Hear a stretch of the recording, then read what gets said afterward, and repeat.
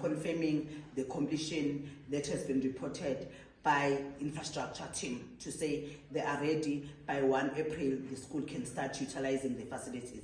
Then we said, no, before we formally write to the school, let us come and confirm the completion and check whether the contractor, together with the engineering team and professional teams, they've done this work according to the specification, according to the standards, and whether everything is okay before we, because we need to write to the principal's name to say, you can take over your facility.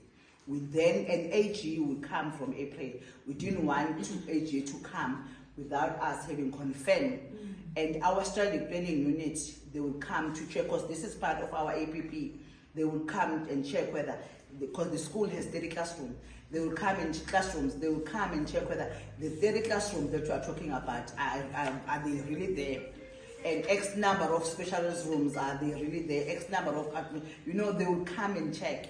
And we don't want to take a risk to invite everybody else when the branch itself have not come prior to prepare and to formally declare. So that is why we're here.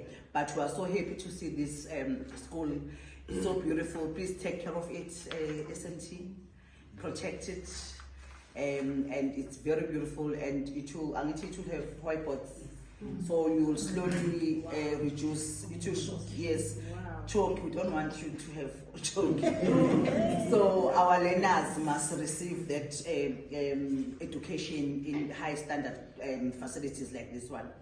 And you have projectors, you have hardboards, you have all the ICT equipment. You'll be able to connect with other schools. For example, if there is a teacher, maybe physical science teacher that is struggling, but you know another school that is doing well, you can then connect and share best practices with those schools. So it's going to be beautiful one. It will change the narrative, it will change, enhance the way you teach, which is going to be a good thing for you.